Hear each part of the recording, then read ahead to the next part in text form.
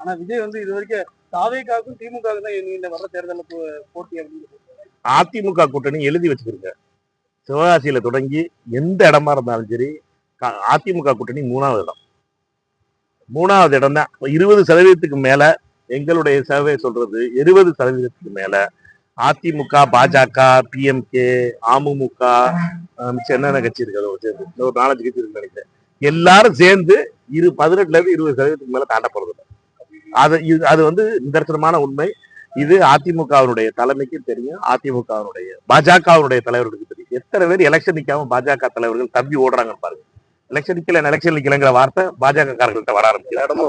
நம்ம தங்க தலைவன் முன்னாள் தலைவர் ஆரம்பிச்சு பாத்தீங்கன்னா இந்த வார்த்தை வந்தது பாஜக தலைவர்கள். ஏன்னா அவர்களை பொறுத்த மட்டும் இது இந்த என்டிஏங்கிறது ஓட்ட பானை ஆகிப்போச்சு. பானை இருக்கு, தண்ணி எல்லாம் ஓடி போச்சு, தண்ணி வேற எங்கேயோ போயிடுச்சு, வாக்குகள் இல்லாம போயிடுச்சு. மக்கள் தான் தீர்மானிக்கணும். அண்ணாமலை கூட போட்டியிட மாட்டாரு. அண்ணாமலை தான் கேட்கணும். சகோதரர் அண்ணாமலை கேட்கணும். அருமைக்குரிய அக்கா தமிழிசை அவர்கிட்ட கேட்கணும். அவர்கள்லாம் தேர்தலில் நிக்கிறாங்களா, இந்த கட்சி சொன்னதுக்கு அப்புறமா அவர் நிக்க போறது இல்லையா என்னங்கிறது. ஏன்னுட்டுதான் அவர்களை பொறுத்த மட்டும் தொகுதி மாற போறான். நயினார் நாகேந்திரன் தொகுதி மாறது கணக்கு பாக்குறாரு. ஏன்னுட்டா பயம் எல்லாருக்கும். இவர்களை பொறுத்த மட்டும் நீங்க ரொம்ப தெளிவானது. இந்த தேர்தல் அதிமுக பாஜக 2 பேரும் சேர்ந்ததுனால மக்களால் நிராகரிக்கப்பட்ட கூட்டணி ஆயிடுச்சு. 3வது இடம் நான் எழுதி கொடுக்க முடியும். 3வது இடம் அவர்கள் தமிழ்நாட்டில் வராங்க. அவர்கள் இந்த எலெக்ஷன்ல கண்டெஸ்ட்ல இல்லாத 2 கட்சிகளை பேசிக்கிட்டு இருக்கோம். அந்த கூட்டணியை பேசிக்கிட்டு இருக்கோம். அந்த கூட்டணியை பொறுத்த மட்டும் தமிழக மக்கள் பாஜகவை மீண்டும் 1996க்கு முன்னாடி இருந்த பாஜக மாறிவிட்டது. யாருமே பாஜக வந்து திருப்பியும் மீண்டும் ரிவர்ஸ் கியருக்கு போயிடுச்சு. பாஜகங்கிறது வந்து இருந்தவர்கள் எல்லாம் போய் அந்த கட்சியினுடைய நிலை மிக மோசமாக போறது. தமிழக மக்களுக்கு எதிரான ஒரு கட்சியாக பாஜக தொடர்ந்து நடவடிக்கைகளும் பேச்சும் செயலும் தொடருது. நயினார் நாகேந்திரனுடைய பேச்சா இருந்தாலும் சரி, ஒரு மாவட்ட தலைவருடைய பேச்சா இருந்தாலும் சரி, பெண்களை இழிவாக பேசுறா இருந்தாலும் சரி, எல்லாம் தொடருது. அது வந்து பாஜக வந்து 100 நாள் வேலை நிப்பாட்டுறா எல்லாம் அவங்களுக்கு வந்து என்னன்னா இந்த கட்ட தறியிலன்னு சொல்லுவாங்கல்ல, அது மாதிரி ஆயிடுச்சு பாஜக. தமிழக பாஜக ஒரு நாடாளுமன்ற தேர்தலில் நான் போட்டியிட மாட்டேன்னு சொல்லியிருந்தீங்க. அந்த நிலைப்பாட்டில் தான் இருக்கீங்களா?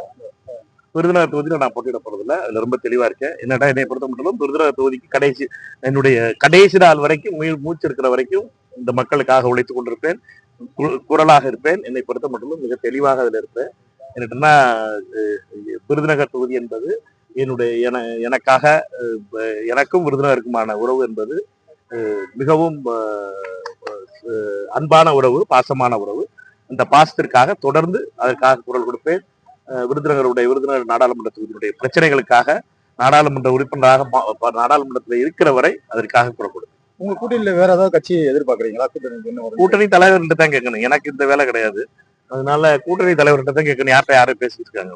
நீங்களை பொறுத்த மட்டும் நாங்கள் காங்கிரஸ் கட்சியினுடைய சார்பாக பலமான இயக்கமாக காங்கிரஸ் கட்சி இருக்க வேண்டும். காங்கிரஸ் கட்சியினருக்கு சரியான நேரத்தில் சரியானது வரணுங்கிறது எங்களுடைய கொள்கை.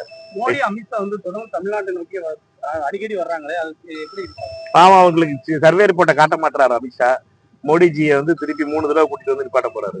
அந்த ஒரு ஜோக் இருக்கும். அவருன்னா நம்ம வடிவேல் இதுல அவரை கூட்டிட்டு வந்து ஒரு பெரிய மனுஷன் அவர் ரவுடியை கூட்டு வந்து இப்படி நிப்பாட்டி விட்டியாடே சொல்லுவாங்க. அது மாதிரி ஆக போது அமித்ஷா பண்ற வேலை. மோடி அவர்களுக்கு தவறான தகவல் சொல்லி நம்ம வந்து மிரட்டி அதிமுகவை கொண்டு வந்துட்டோம். அது ஒரு கணக்கு சொன்னார்னா திருநெல்வேலியில அமித்ஷா 19+21 = 40 அந்த கணக்கை சொல்லிட்டு அவங்க கூட்டு வந்து அந்த 19+21 = 40 கிடையாது, அது 20 ஆயிடுச்சுங்கிறது இப்ப ஆனா சொல்ல முடியல. ஏன்னா மோடிஜி சொல்லிட்டு நீங்க யார் திட்டு வாங்கிக்கிறது. அதனால கொஞ்சம் கொஞ்சமா சொல்லுவாங்க மோடிஜிக்கு என்னடா சரியா இல்ல சார், அதாயிடுச்சு சார், இது ஆயிடுச்சு சொல்லி மே மாசத்துக்குள்ள மோடிஜிக்கு புரிஞ்சிடும். அதான் ஒண்ணு வேலைக்கு ஆகலப்பா அப்படின்ட்டு பிரச்சாரத்துக்கு நீங்க மோடி வர்றது கம்மியா இருப்பாரு. மோடியினுடைய பிரச்சாரத்துக்கு இது வந்து இப்ப வந்து பிரதமரா வந்துகிட்டு இருக்காரு. இப்ப நோட்டிபிகேஷன் வர வரைக்கும் வந்துகிட்டு இருப்பாரு. வந்து திறப்பு விழாக்கள், பெரிய பெரிய பேச்சுக்கெல்லாம் பேசி தமிழ் மேல அன்போட பேசுவாரு. தமிழ் எனக்கு தெரியாது, எனக்கு ரொம்ப வருத்தமா இருக்கும்பாரு, மன்னிச்சுக்கிடுங்க பாரு, அதெல்லாம் சொல்லி கிளி முடிச்சிருவாரு. ஒவ்வொரு தடவை வரும்போது இதான் வந்து பேசிட்டு இருக்காரு.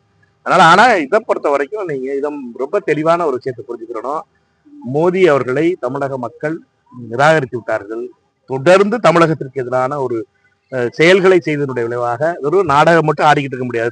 தப்பா தமிழை சொல்லி மட்டும் தமிழர்களை ஏமாற்ற முடியாதுங்கிறது தமிழர்களுக்கு நல்லா தெரியும். அதற்கான ஒரு நல்ல பரிசாக இந்த தேர்தலுக்காக இருக்கும்.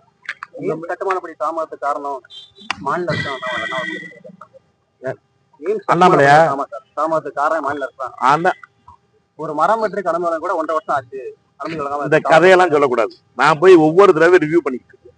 அங்க மரமே கிடையாது மகனே. அண்ணாமலை அவர்களே, அங்க மரமே கிடையாது, வெறும் பொட்டக்காடு. வந்து பாருங்க ஒரு தடவை, நான் கூட்டிட்டு போறேன். அங்க ஒண்ணும் இல்ல, தரிசுனால அதுல ஒண்ணுமே இருக்காது அங்க. அதனாலதான் அதுக்கு கட்டுறதுக்கு கொடுத்தது. அதை தோண்டி கிண்டி நீங்க ஒரு 2 வயறு போச்சு, அதை மாத்திரக்கு டயம் எடுத்தாங்க, அது உடனே பண்ணி கொடுத்துட்டாங்க. அதெல்லாம் கரெக்டா டைம் படி வந்துகிட்டு இருக்கு. காரணம் வேற ஒண்ணும் கிடையாது. இவர்கள் போட்டிருந்த கணக்கும் இவர்களுடைய கட்டுறதுக்குள்ள லேபர் இதுவும் பிரச்சனை வந்துருச்சு. எல்லா எல்என்டியை பொறுத்த மட்டும் ஜப்பான் பணம் வருது. ஜப்பான்காரர்கள் உட்கார்ந்துருக்காங்க. அவங்க கட்டுறதுக்கு ஹெல்மெட் போட்டிருக்கணும், காலில் ஷூ போட்டிருக்கணும், சேஃப்டி போட்டிருக்கணும் போது அதெல்லாம் நம்மளால் போட மாட்டோம். ஹெல்மெட்லாம் வேணாம்ங்கிறேன், அதையும் விட மாட்டாங்க. நீ செக்யூரிட்டியா தான் பாருங்க, செக்யூரிட்டா தான் உள்ள போகணும். அதுக்கு சேர்ந்த ஆள் வர மாட்டாங்க. அதனால டிலே. நான் ஒவ்வொரு 3 மாசமா பார்த்துட்டு இருக்கேன். அதனால எனக்கு தெரியும் இந்த மரம்லாம் ஒண்ணும் கிடையாது, சும்மா கதை. இது வெறும் லாஜிஸ்டிக்கல் பிரச்சனைலாம் ஒரு பிளானிங்ல பிரச்சனை வந்துருச்சு, அதனால போயிருச்சு. இப்ப இவர்களை பொறுத்த மட்டும் உண்மையிலே மத்திய அரசு தப்பான தகவல்களை சொல்லிக்கிட்டே விட்டுக்கிட்டு இருக்கு. எப்படி நட்டா அவர்களை 89% முடிஞ்சிருச்சுன்னு சொல்லி 2 வருஷத்துக்கு முன்னாடி கதை சொல்லும் போது நானும் மதுரை எம்பி வெங்கடேசன் போய் தேட போனோமே, எய்ம்ஸுக்கு காணாம எங்கேதானே இருந்துச்சு சொல்லி, அது மாதிரி தேட ஆரம்பிச்சோடனே கட்ட ஆரம்பிச்சாங்க. இவர்களை பொறுத்த மட்டும் இவர்களுக்கு எண்ணம் கிடையாது கட்டணும்னு, சும்மா ஏதோ மாட்டிக்கிட்டேன்னு சொல்லி விரட்டிக்கிட்டு இருக்காங்க. முடியல.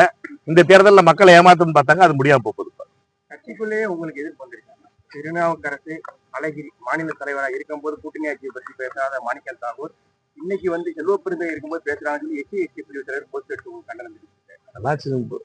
பெரிய ஆலமரத்துக்கு நடுவுல சின்ன சின்ன சவுண்ட் வந்துட்டாரு. சரியா? உங்க மேல புகார் கொடுத்து போற வேண்டியது அப்படின்னு நீங்களும் கொண்டு கொடுத்துருங்க ஒரு புகார.